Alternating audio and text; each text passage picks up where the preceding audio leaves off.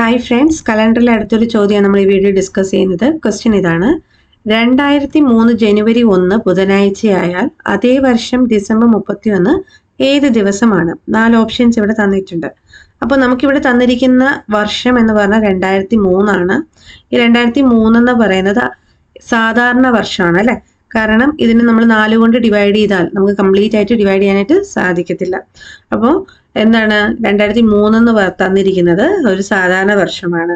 അങ്ങനെയാണെങ്കിൽ ഒരു സാധാരണ വർഷത്തിന്റെ ആദ്യ ദിവസവും അവസാന ദിവസവും എന്ത് തന്നെയായിരിക്കും? ഒന്ന് തന്നെയായിരിക്കും, സെയിം തന്നെയായിരിക്കും വരിക. അങ്ങനെയാണെങ്കിൽ ഇവിടെ ഈ ചോദ്യത്തിന്റെ ഉത്തരം എന്തായിരിക്കും വരിക?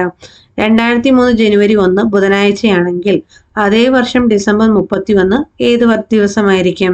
ബുധനാഴ്ച തന്നെയായിരിക്കും അല്ലെ? സോ ഓപ്ഷൻ ഡി ആണ് ഇവിടെ ഉത്തരമായിട്ട് വരിക. ക്ലിയർ അല്ലേ?